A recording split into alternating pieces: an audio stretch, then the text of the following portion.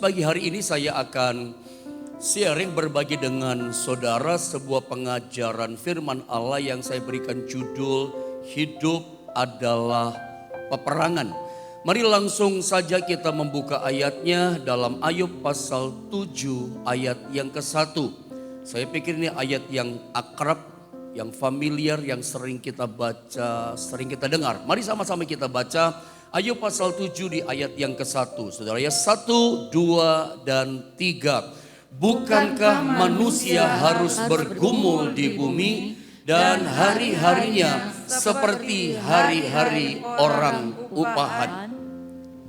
Dalam terjemahan versi Lembaga Alkitab Indonesia dikatakan hari manusia itu adalah hari yang bergumul. Bukankah manusia harus bergumul di bumi ini?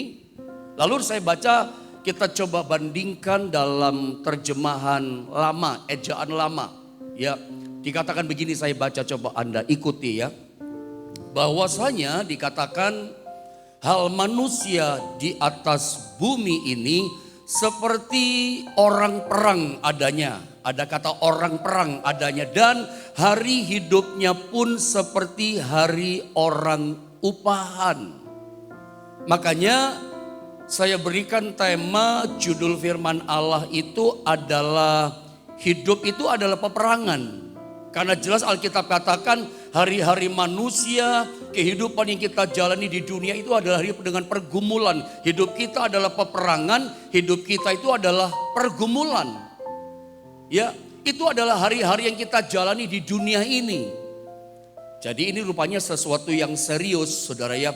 Alkitab kasih garis gambaran sama kita, menerangkan kepada setiap kita bahwa hidup kekristenan kita yang kita jalani di dunia ini, hidup itu adalah peperangan, hidup itu adalah pergumulan. Lebih tepat kalau saya mau katakan sama saudara, coba Anda lihat di gambar itu, ibaratnya ketika kita percaya pada Yesus, ketika Anda dan saya memutuskan menjadi orang Kristen, memutuskan percaya pada Kristus. Saya kasih gambaran di screen saudara. Kita itu, hidup kita itu ibaratnya ada di kapal perang, bukan di kapal pesiar. Kapal pesiar itu kapal yang mewah. Semua kita ketika ada di kapal pesiar, semua kita dilayani, saudara ya. Makan dilayani, minum dilayani. Semua kebutuhan kita, keperluan kita semua dilayani. Karena kita ada di kapal pesiar. Tapi ingat, Ayub pasal 7 di ayat yang ke-1 menggambarkan kepada kita kehidupan kekristenan kita bukan digambarkan seperti di kapal pesiar, tapi tepatnya di kapal perang. Karena hidup kita adalah peperangan, hidup kita adalah pergumulan. Hidup ini saya mau tegaskan bukan main-main. Hidup kekristenan kita ini bukan mainan.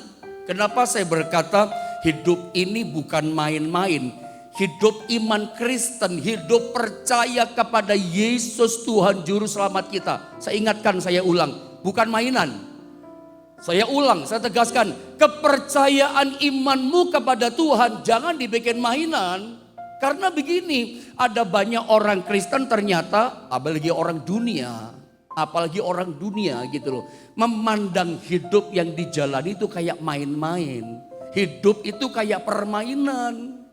Ingat ya, Alkitab katakan hidup bukan mainan. Dan memang kehidupan kita di dunia ini bukan di taman bermain, bukan di playground. Ada pujian lama berkata, dunia ini bukan firdaus. Bukan di taman bermain, bukan di taman yang nyaman. Hidup ini adalah peperangan. Orang kalau memandang hidup ini adalah main-main, memandang hidup ini seperti permainan, ya semuanya dipakai main-main. Nanti dia kerja dia pakai main-main, gak serius.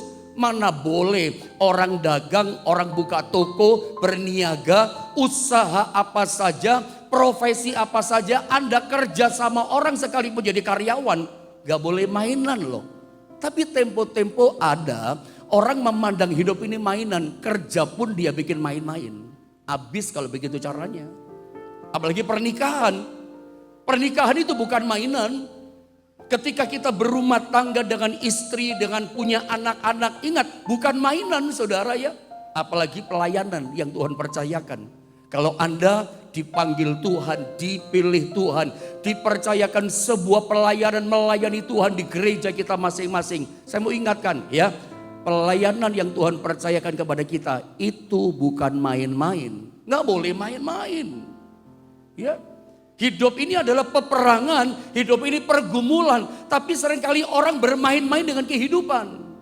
Saudara, kalau kita lihat di dalam ayat Alkitab ini, contoh tentang hidup itu pergumulan. Itu contohnya adalah kehidupan Ayub.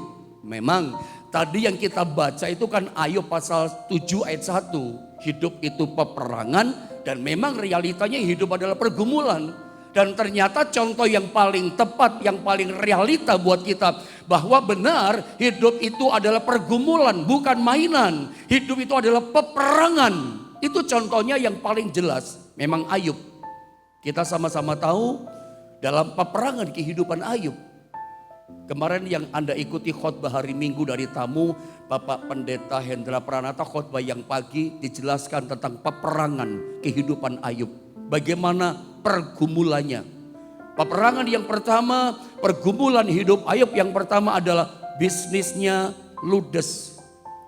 Ya, usahanya 4 kerajaan bisnisnya itu ludes, itu habis dalam waktu yang singkat. Dalam waktu singkat habis, saudara ya. Gak cukup itu, bisnis hancur saja, bisnis yang ludes itu udah bikin stres. Anda coba gini, bandingkan begini. Jangan ngomong bisnis hancur, jangan ngomong bisnis ludes dalam waktu singkat. Anda ini seringkali dagang sepi saja, ya.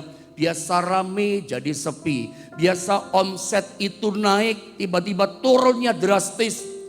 Langganan yang biasanya banyak, tiba-tiba langganan pergi tinggalkan saudara. Bahkan gara-gara ada simpen dolar, tiba-tiba nilai dolarnya turun atau dolarnya naik, saudara ya. Seringkali ada berkata, Tuhan engkau di mana Tuhan? Itu baru sepi. Engkau berkata, kok Tuhan gak bela ya? Kok Tuhan gak tolong ya? Padahal baru ditinggal sama langganan, baru omset turun, baru nilai dolar kursnya naik. Anda sudah kebingungan, Anda udah tanya, Tuhan di mana engkau Tuhan? Kok Tuhan gak bela? Kok Tuhan gak tolong? Itu baru mengalami sepi. Belum hancur, belum bisnisnya rontok dan ludes. Ayub yang pertama, 4 kerajaan bisnisnya habis. Itu berat. Itu saya mau katakan, itu pergumulan, itu peperangan dalam kehidupan. Ada yang kedua kan, apakah sudah selesai? Belum selesai. Masih ada yang kedua. Apa yang kedua? Kita sama-sama tahu, tiba-tiba Alkitab bercerita, Ayub punya anak dan anaknya semuanya mati. Ada tahu berapa anaknya Ayub? 10 anak. 10-10-nya mati, semuanya meninggal.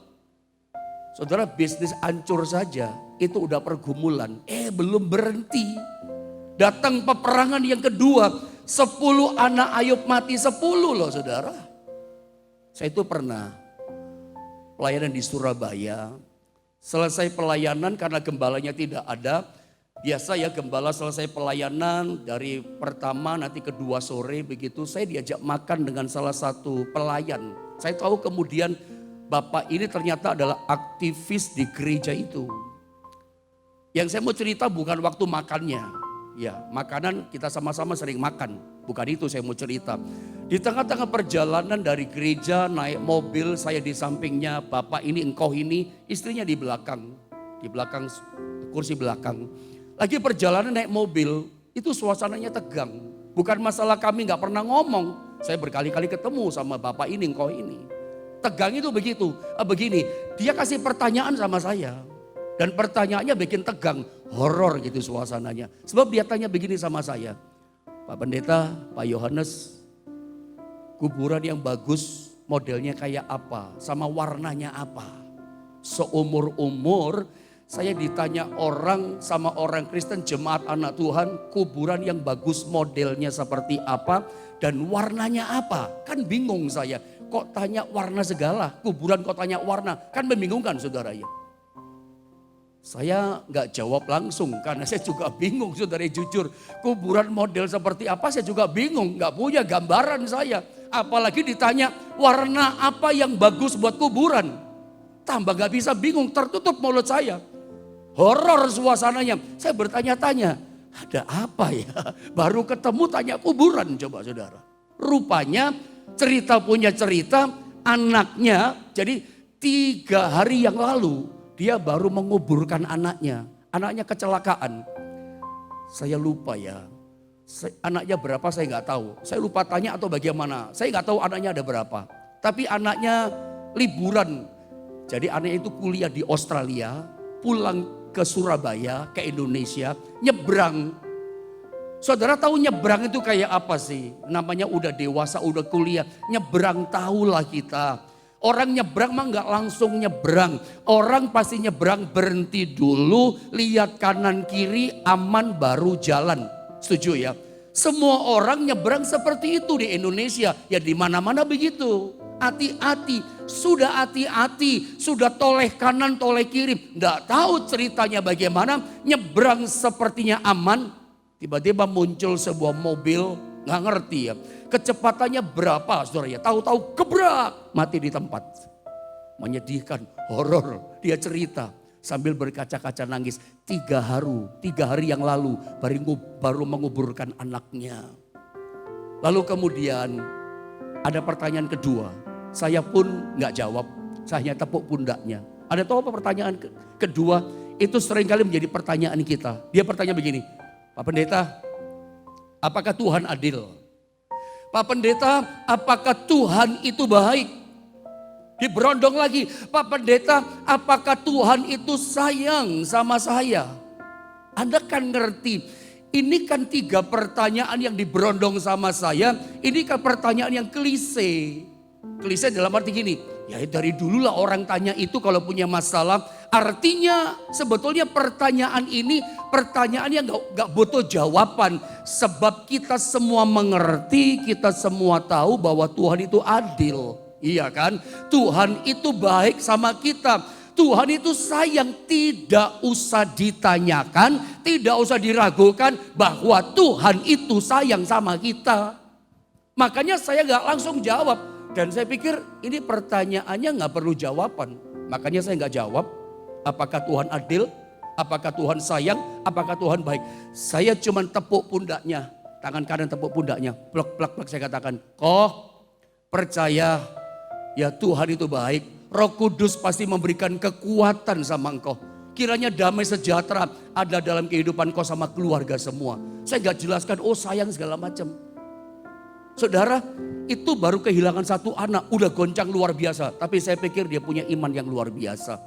3 hari anak meninggal tetap cari Tuhan. Ayub itu bukan 1, 10 semuanya meninggal. Apakah peperangannya, pergumulannya itu selesai sampai di situ? Enggak. Yang saya ingin tunjukkan sama saudara bahwa hidup itu benar-benar peperangan dan pergumulan. Karena ternyata setelah 10 anaknya mati, bahkan bisnisnya rontok habis ludes, masih ada yang ketiga. Tiba-tiba Ayub kena penyakit di badannya yang gatal-gatal. Digaruk gak mempan. Itu sampai dalam daging rasa gatal. Istrinya singkat kata sampai gak kuat. Kalau Anda, saya singkatkan ya. Lihat Ayub pasal 2 ayat 9. Ketika Ayub mengalami pergumulan yang berat. Lihat, di sini kita lihat. Saya gak ngerti ya. Konsep ikut Tuhan, konsep kepercayaan kepada Allah yang ada dalam hati istrinya Ayub kayak apa. Tapi nanti kemudian dari ayat ini kita tahu jelas bahwa konsepnya ikut Tuhan, prinsip ikut Tuhan yang ada di pikiran hatinya istrinya Ayub ini salah. Dan pagi ini mesti diluruskan konsep yang salah seperti ini.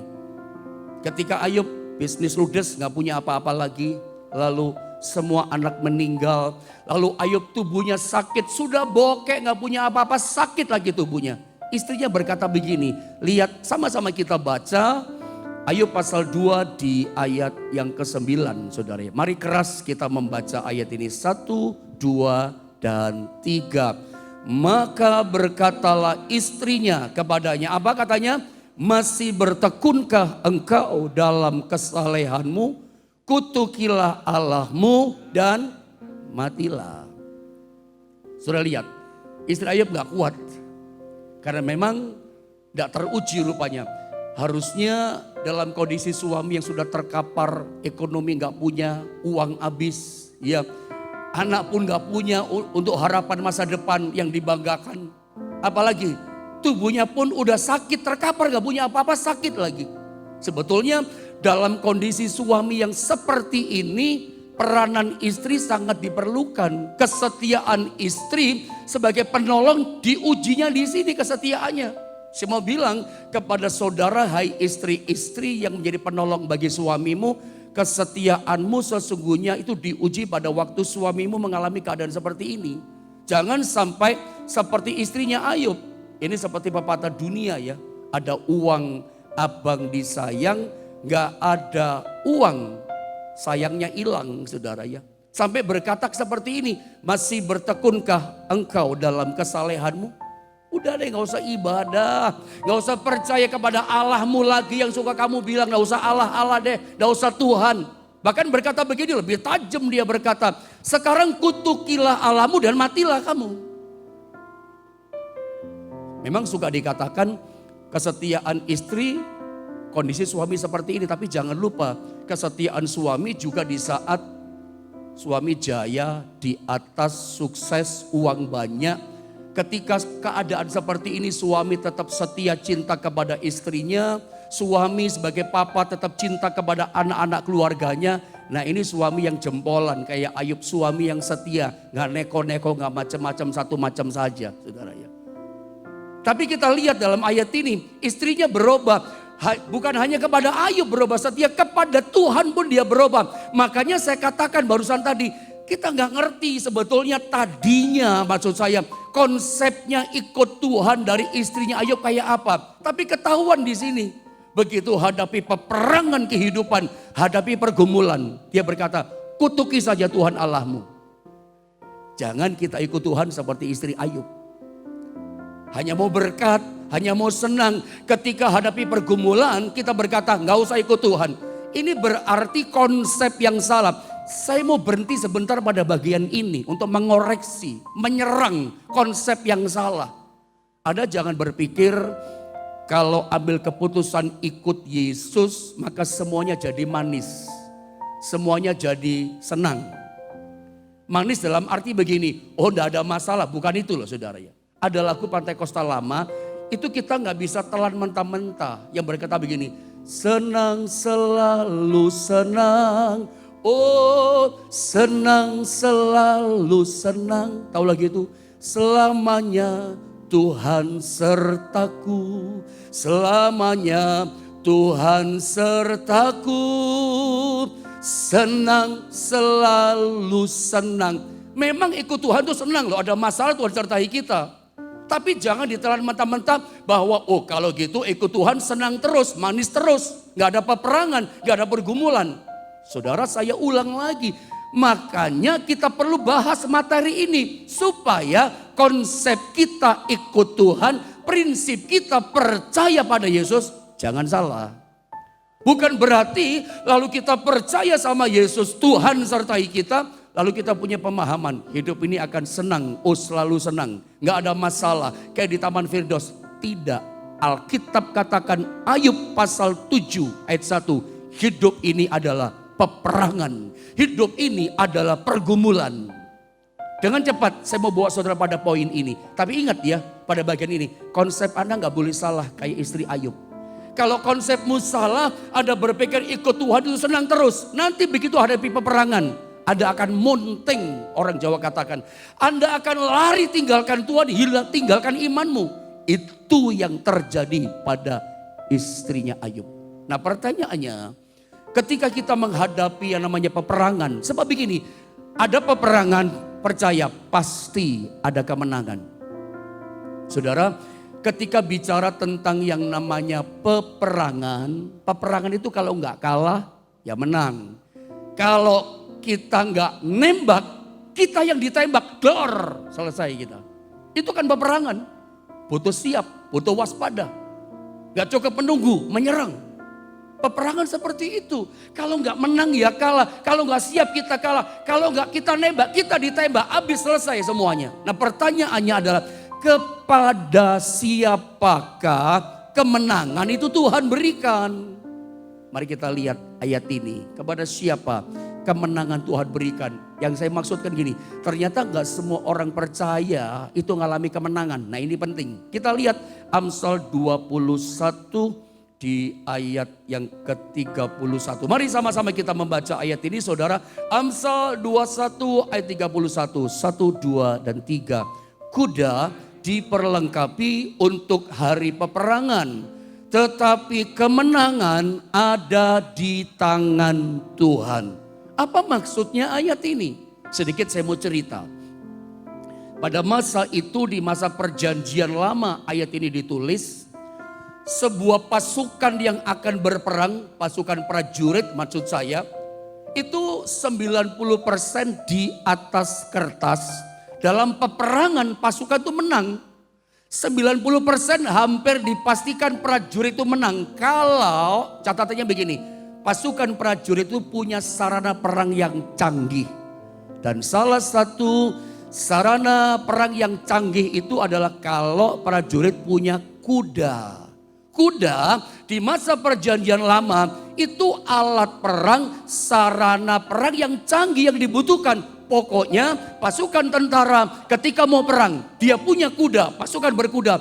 90% di atas kertas, dia akan menang. 90% gak main-main. Kemenangannya dari kuda. Tapi ayat ini berkata begini, kuda diperlengkapi untuk hari peperangan supaya menang sebetulnya. Tetapi ternyata enggak. Bukan pada kuda yang hebat terletak kemenangan, tetapi dikatakan kemenangan ada di tangan Tuhan. Katakan haleluya. Katakan amin. Perhatikan ayat ini berkata kemenangan itu ada di tangan Tuhan. Saya mau tunjukkan beberapa ayat supaya Anda makin yakin kemenangan bukan di fasilitas yang kita punya. Kemenangan dalam hidup kita, dalam peperangan yang kita hadapi, bukan pada fasilitas yang mewah yang kita punya. Bukan pada yang kelihatan secara materi, juga bukan pada kenalan kita. Bukan, kemenangan ada di tangan Tuhan. Untuk meyakinkan, saya tunjukkan satu ayat lagi. Mazmur 44 ayat 7. Saudara ya, mari sama-sama kita baca ayat ini. 2, 3. Sebab bukan kepada panahku aku percaya, dan pedangku pun tidak memberi aku kemenangan. Saudara, pemazmur ini pun mengatakan dalam nyanyian pujian pengalaman imannya, dia katakan sebab bukan kepada panahku. Panah itu alat perang yang canggih pada waktu itu. Ini sarana, ini materi kemenangan, itu panah, fasilitas, dan apalagi bukan kepada pedangku yang memberi aku kemenangan. Tadi pertama dikatakan kemenangan bukan ada pada kuda, gambaran kekuatan. Kemudian Mazmur 44 ayat 7 dikatakan kemenangan bukan pada panah, juga bukan pada pedang. Semua bicara yang hebat, itu bicara fasilitas sarana yang canggih, yang luar biasa. Lalu kemenangan ada di mana? Coba kita baca di ayat yang ke-8, turun ke bawah. Ke-8 dikatakan begini, next. Dikatakan begini saudara ya. Tetapi engkaulah yang memberi kami kemenangan terhadap para lawan kami. Jelas ya. Pemazmur berkata, tetapi engkaunya huruf besar, Tuhanlah yang memberi kami kemenangan terhadap para lawan kami, dan orang-orang yang membenci kami kau beri malu. Luar biasa. Ini sebuah pewahyuan menurut saya, sebuah firman Allah yang rahasianya disingkapkan kepada kita. Ini loh dasar ayatnya. Saya ulang, ini ada dasar ayat dalam firman Allah, bahwa hidup adalah peperangan, hidup adalah pergumulan. Dalam peperangan ada kemenangan, ada kekalahan.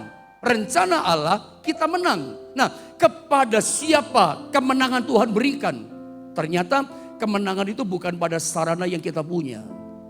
Bukan pada pedang, panah atau kuda. Sesuatu fasilitas yang mewah, yang megah, yang hebat yang kita punya. Jangan andalkan itu. Andalkan Tuhan. Karena Alkitab berkata kemenangan ada di tangan Tuhan. Nah perhatikan bahasa saya. Tadi dikatakan kemenangan itu ada di tangan Tuhan. Bilang sama-sama saya keras di rumah saudara, ucapkan kemenangan ada di tangan Tuhan. Ingat baik-baik kalimat ini. Kemenangan saya, kemenangan saudara, kemenangan kita semua ada di tangan Tuhan. Nah pertanyaannya, kemenangan yang ada di tangannya Tuhan, Tuhan ini mau lepaskan kepada siapa? Coba lihat saya. Alkitab katakan kemenangan bukan pada kuda, bukan pada panah, bukan pada pedang. Menangkap saudara ya, kemenangan ada di tangan Tuhan. Nah kemenangan yang ada di tangannya Tuhan, Tuhan mau lepaskan, Tuhan mau berikan kepada siapa? Berarti saya simpulkan tidak semua orang percaya kepada Tuhan bisa menang. Masalahnya Tuhan beri kepada siapa kemenangan diberikan? Gak semua orang. Orang yang bagaimana kemenangan Tuhan beri kepada dia. Saya kasih contoh. 1 Samuel 14 ayat 47. Ini kisah tentang Saul. Saya baca dengan cepat. Setelah Saul mendapat jabatan raja atas Israel, maka berperanglah ia. Perhatikan kalimat ini ya. Saya gak sempat kasih garis merah stressing. Tapi perhatikan kalimat ini. Maka berperanglah ia, yaitu Saul, ke segala penjuru. Bilang sama-sama saya, ke segala penjuru. Perangnya Saul segala penjuru. Lawannya banyak, peperangannya banyak. Hidup adalah peperangan. Ayub hidupnya peperangan. Saul pun begitu dipilih diurapi jadi raja. Dia berperang, berperangnya ke segala penjuru. Saya lanjutkan, melawan segala musuhnya. Banyak peperangannya, melawan Moab, Bani Amon, Edom, raja-raja negeri Zoba, dan orang Filistin. Dan kemanapun ia pergi, ia selalu mendapat kemenangan. Luar biasa, ke segala penjuru dia perang. Karena hidup adalah peperangan, melawan banyak bangsa dalam peperangan. Tapi hebat, luar biasa. Ia pergi dalam peperangan, ia selalu, ada kata selalu, ia selalu mendapat kemenangan. Siapa memberi kemenangan? Tuhan kasih kemenangan. Tuhan beri kemenangan kepada Saul. Tapi kemudian kalau kita loncat di ayat 18, 1 Samuel 18, ayat 6 sampai 9. Saya baca ayat ini, perhatikan dengan cepat saya baca ya.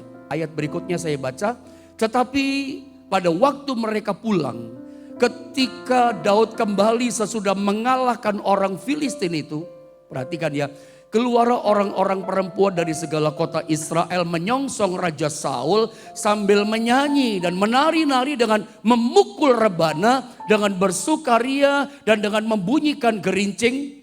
Berkata begini mereka nyanyi, dan perempuan yang menari-nari itu menyanyi berbalas-balasan, katanya, Saul mengalahkan beribu-ribu musuh, tetapi Daud berlaksa-laksa. Ayat 8 saya lanjutkan. Lalu bangkitlah amarah Saul dengan sangat, dan perkataan itu menyebalkan hatinya.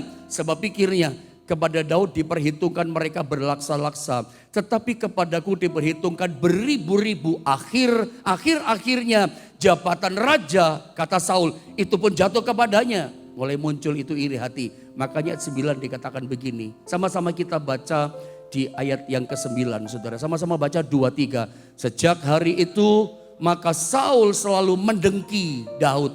Nanti turun ke bawah, berkali-kali ditombak Daud. Mau dibunuh karena iri hati. Kenapa? Karena Saul mulai mengalami kekalahan dalam perang. Tadinya mengalami kemenangan, selalu menang. Berperang dengan banyak peperangan, selalu menang. Kenapa? Tuhan kasih kemenangan. Ingat, ada peperangan, kemenangan itu di tangan Tuhan. Saul menang tadinya. Karena prinsip begini, coba ayat yang terakhir dengan waktu yang ada saya mau selesaikan pada bagian ayat ini. Perhatikan ini detik-detik terakhir dari penyelesaian firman Allah ini. Perhatikan baik. Mazmur 20 ayat 7. Atau di Alkitab manual saudara ayat yang ke-6. Ya, kita sama-sama baca ayat yang ke-7 dari Mazmur pasal 22 dan 3. Sekarang aku tahu bahwa Tuhan memberi kemenangan kepada orang yang diurapinya dan menjawabnya dari sorganya yang kudus. Keras, dengan kemenangan yang gilang gemilang oleh tangan kanannya. Saudara, jelas ayat ini berkata, sekarang aku tahu, kata Daud, bahwa Tuhan, apa kata Daud, memberi kemenangan. Kepada siapa kemenangan diberikan? Kepada siapa kemenangan diberikan? Kepada orang yang diurapinya. Yang percaya katakan amin. Kemenangan ada di tangan Tuhan. Lalu kepada siapakah kemenangan di tangan Tuhan itu dilepaskan? Kepada siapa kemenangan di tangan Tuhan diberikan? Mazmur 20 ayat 7 beritahu kepada kita. Kemenangan diberikan, kata Daud, kepada orang yang diurapinya. Pantesan Saul tadinya selalu menang dan menang dalam peperangan. Ingat proses Saul jadi raja dalam perjanjian lama, ketika seorang sebelum diurapi itu dipilih dulu. Jadi seorang raja itu dipilih, rakyat yang pilih Saul jadi raja. Setelah dipilih dia diurapi. Pengurapan lewat Nabi Samuel itu adalah sebagai simbol gambaran apa ya? Inaugurasi. Sebagai tanda peneguhan, ya, sebagai tanda apa ini, pentabisan, dilantik gitu ya. Legitimasi, itulah kira-kira bahasa kita. Jadi pengurapan, jadi dipilih dulu, jadi semua prosesnya sama ya. Sebelum diurapi, dipilih, baru diurapi. Yang milih rakyat. Setelah dipilih baru diurapi. Nah, pengurapan itu ternyata yang membuat Saul jadi raja itu selalu menang dalam peperangannya. Tapi kemudian dia nggak bisa jaga itu pengurapan. Dia mulai nggak taat. Ada tahu itu ya? Mulai melanggar perintah Tuhan. Dia tidak melakukan yang Tuhan suruh. Pengurapan mulai hilang. Makanya nggak heran kemenangan itu diberikan, dilepaskan kepada orang yang diurapinya. Saul mulai kehilangan itu. Makanya kemenangan di tangan Tuhan, Tuhan pindahkan kepada seorang yang diurapinya yang bernama Daud. Kita hari ini menemukan satu kunci betapa penting kita yang namanya pengurapan. Ada orang bertanya tentunya pagi ini, bagaimana pendeta supaya hidup saya diurapi oleh Tuhan? Dulu saya berkali-kali membaca buku yang namanya Selamat Pagi Roh Kudus yang ditulis oleh Benny Hinn. Ya, Benny Hinn mengatakan sumber pengurapan kita dapatkan adalah ketika kita datang dalam hadirat Allah. Sumber pengurapan kuat kita dapat di situ. Waktu kita menyembah Tuhan, waktu kita memuji Tuhan. Jadi pagi ini kalau Anda tanya bagaimana caranya pendeta, saya terima pengurapan dari Roh Kudus, menyembah Tuhan. Masuk dalam hadirat Tuhan. Benny Hinn katakan waktu kamu berdoa, waktu kita membaca firman Allah. Firman itu pribadi Allah sendiri kan. Dalam firman ada kuasa Allah. Firman yang kita renungkan, firman yang kita dengar, firman yang kita baca. Itu ternyata mengalirkan pengurapan. Benny Hinn katakan ketika kamu hidup taat lakukan firman Allah. Ada setia kepada Tuhan, ada beribadah, ada lakukan perintah Tuhan, ada menabur kebaikan, ada berbagi menabur berkat kepada orang lain. Ada baca bukunya Benny Hinn. Itu mengalirkan pengurapan. Ada banyak sumber pengurapan itu Tuhan beri kepada kita. Kapan? Ketika kita taat pada Tuhan. Ketika kita dalam match berdoa pagi seperti ini. Ada bangun pagi-pagi. Sementara orang masih nyenyak tidur di pulau kapuknya. Sambil meneteskan yang di sini. Tidurnya nyenyak enak. Anda sudah bangun. Ada mempersiapkan hatimu mencari Tuhan. Oh, saya percaya dalam nama Yesus. Pengurapan dari tahta Allah mengurapi saudara. Itu indah, luar biasa. Saya udah terangkan ya. Jadi Anda gak usah bertanya lagi. Bagaimana saya diurapi Tuhan. Seperti itu diurapi Tuhan. Taat sama Tuhan. Renungkan firman. Cari Tuhan. Sembah dia. Baca firman. Itu mengalirkan, itu sumber pengurapan. Taat sama Tuhan. Itu sumber pengurapan. Karena ternyata kunci kemenangan itu adalah urapan Allah. Kemenangan di tangan Tuhan. Ingat, kemenangan bukan pada fasilitas. Bukan pada uang saudara. Bukan pada kekayaan saudara. Bukan pada sarana-sarana megah yang hebat yang Anda punya. Kemenangan itu ada di tangan Tuhan. Dan Tuhan lepaskan kemenangan kepada orang yang diurapinya. Saya berdoa pagi ini, urapan Tuhan turun limpah atas saudara. Dan pagi ini urapan itu yang menghancurkan kuk, yang memberikan kemenangan dalam hidup saudara.